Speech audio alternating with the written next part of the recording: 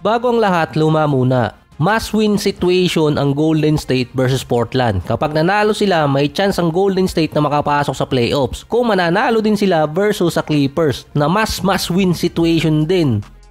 6-4 ang Warriors sa last 10 games. Yung isa pang talo nila doon na nagpahirap talaga sa kanila or nagbigay ng worst case scenario ay yung sa San Antonio. Dahil sa talo pa ng Golden State nung nakaraan, parang hindi na rin nakapagpigil si Coach Steve Kerr. Si Jonathan Kuminga mukhang hindi na talaga fit sa Golden State. Noong mga nakaraan taon pa na nag-i-struggle ang Warriors, ang comment kasi doon base sa stats, hindi bagay na magkasama si Wiggins at si Kuminga dahil sa net rating.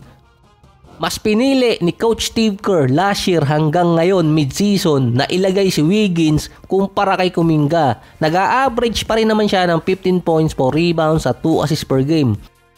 Since bumalik si Kuminga sa injury, bumaba ang minuto niya pati average. Mula 27 minutes per game nung bago siya ma-injured, bumaba yon sa 21 minutes per game.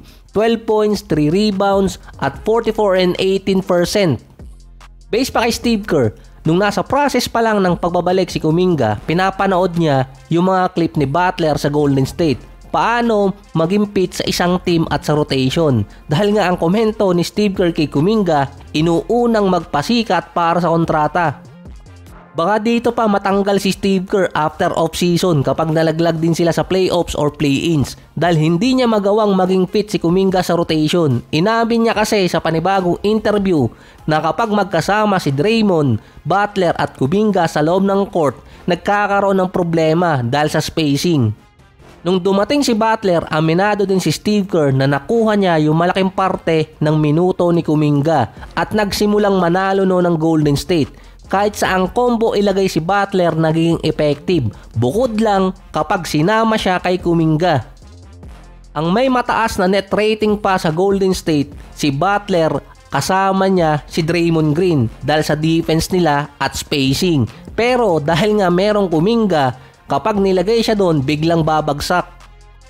Base kasi kay Steve Kerr, itutuloy niya pa rin at susundin kung anong combination yung nagiging effective sa Golden State para manalo at hindi part nun si Kuminga. Kapag yung tatlong player magkakasama sa loob ng court, dapat tataas yung defensive rating kahit bumaba bahagya yung offensive rating. Kaso lalong bumagsak yung defensive rating ng Golden State kapag magkasama yung tatlong player. Nasa 122 defensive rating. Yung stats na yon halos hindi na dumidepensa. Na-outscored pa sila ng 26 points kapag magkasama sina Butler, Green at Kuminga. Pero naiiba yon kapag si Kuminga inalis kasama si Butler. Ang stats pa ni Butler hindi naman ganun kataas. Pwedeng sabihin lipas na talaga siya. Nasa 17 points, 5 rebounds, 5 assists, 46 and 28%. Halos bumaba yung average na yon. Pero dahil sa sinabi ni Steve Kerr na sa NBA kasama doon na kailangan mag-adapt ang player sa team, hindi team ang mag-a-adapt sa player.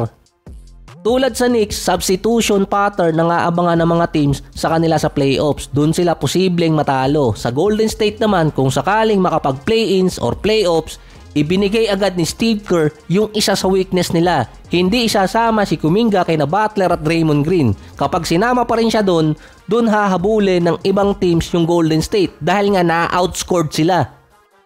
Parang pinapaalis na rin ni Steve Kerr si Kuminga na sinabi niyang hindi talaga siya bagay sa Golden State. Merong mga teams ang nakaabang sa kanya pagdating ng off-season. Isa doon yung Brooklyn na dahil sa comment ni Steve Kerr parang lalabas doon kahit hindi bigyan ng malaking kontrata si Kuminga sa free agency market at kahit patapatan ng Golden State yun.